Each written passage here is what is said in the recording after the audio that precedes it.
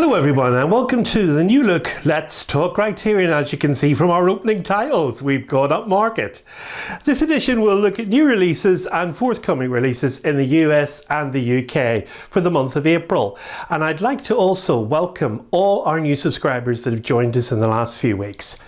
Now you will see a flag in the corner indicating where the release is available, either the UK or the US, as I feature each title. And that should hopefully help you when you make your purchase. So we start with recent release. Sanjit Ray is a renowned Indian director, and of course many will know his classic The Music Room from 1958.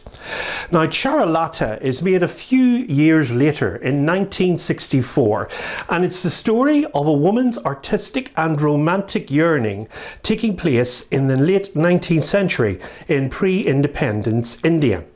The Bengali Renaissance is at its peak and India is under British rule. The film revolves around Chara Latta. Charu Madhabi Murjukati plays that part, the intelligent and beautiful wife of Bhupati, played by Salyan Mukherjee. He edits and publishes a political newspaper. Bhupati is an upper-class Bengali intellectual with a keen interest in politics and the freedom movement. Chara Latta has been widely regarded by many as the finest film made in Indian cinema history and has won wide critical acclaim overseas as well. The title translates as The Lonely Wife. It's well known for its use of the freeze frame, and the director himself composed the background score. Now I also recommend checking out his other popular works, The Music Room and of course the Apu trilogy, which is also in the Criterion collection. Chara Latta is Spine 669 and it was released on April the 5th in the UK. History is Made at Night is a 1937 film directed by Frank Borzage. This established director had been making movies since 1913 and his career stretched right through until 1961. Unfortunately, he died a year later. It's a romantic drama with elements of comedy and spectacle, featuring Jean Arthur as Irene Val, Charles Boyer as Paul Dumond and Colin Clive as Bruce Vail. It deals with a love triangle amongst a possessive shipping magnate, his beautiful wife and a French head waiter with a spectacular ocean liner as a backdrop. Now there's an interesting history lesson within the supplemental features of this release. It includes an interview from 2019 with critic Farron Smith-Neme about director Frank Borzage's obsession with romantic love in his movies. Audio excerpts from a 1958 interview with Borzage from the collection of the George Eastman Museum, as well as an audio adaptation based on the film from 1940. They were very popular indeed on the radio of the time, and of course that often featured the original stars.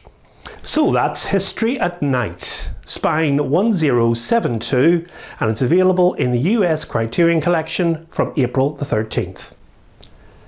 Next we have The Furies, starring Barbara Stanwyck. Now this is a classic American Western from 1950 from director Anthony Mann.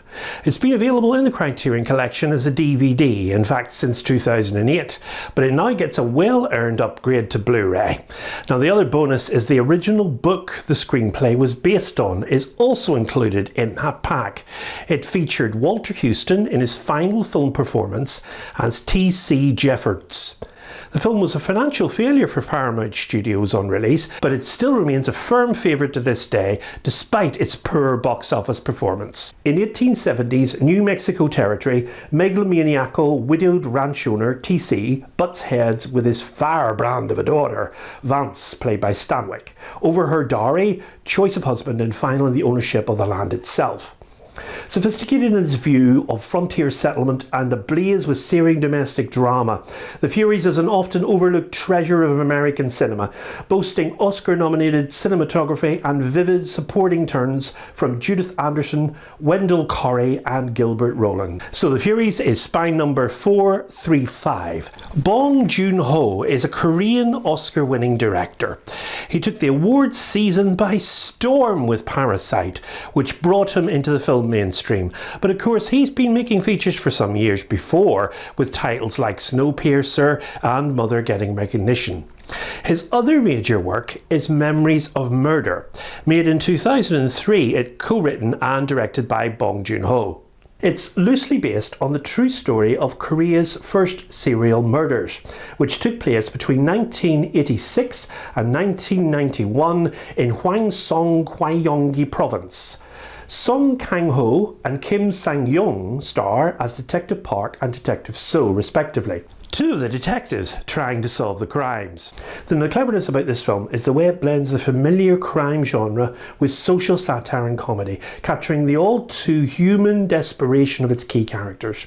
The film itself won the South Korean film industry's 2003 Grand Bell Awards for Best Film, while Bong Joon-ho and Song Kang-ho won the awards for Best Director and Best Leading Actor, respectively. The film was the second feature film directed by Bong following his 2000 debut, Barking Dogs Never Bite. The screenplay was adapted by Bong and Shim Sung-bo from Kim Wang-rim's 1996 stage play Come to See Me, about the same subject.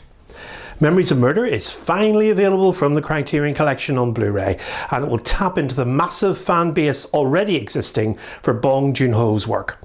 As a side note, it's also available in a new box set coming out in the UK with quite a lot of his other films, and I feel we'll see more of this director's work coming to the Criterion Collection as well in the coming months. So this title joins the US Criterion Collection as Spine 1073 from Tuesday, April the 20th. Wes Anderson's been around in the Criterion Collection for a long time. His first film was Bottle Rocket, and if you're an avid collector of his movies, you should have them all by now, hopefully, except one, of course, which hasn't yet appeared, and that's Isle of Dogs. Now, the new release coming out soon is the Darjeeling Limited. It's a film from 2007 and stars many of his regulars.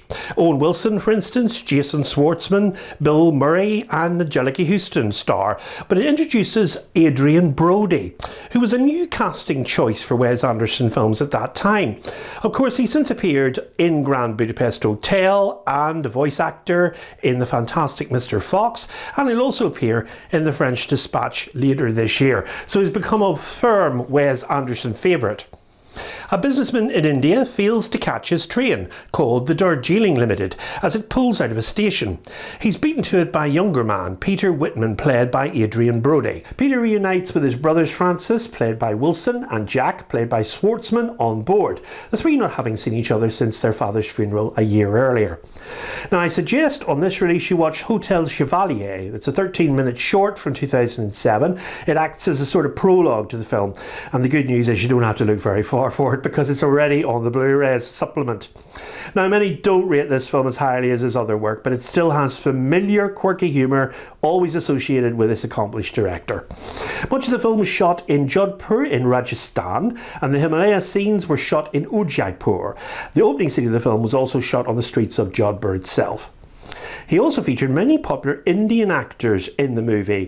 Irfan Khan, Kurma Palana and Gurdeep Singh, of course. Now, Irfan Khan you will remember because he was the policeman in Slumdog Millionaire, and he sadly died last year. The Darjeeling Limited is one to definitely get to complete your Wes Anderson collection, and it joins the UK Criterion Collection finally on Monday, April 26th as Spine number 540.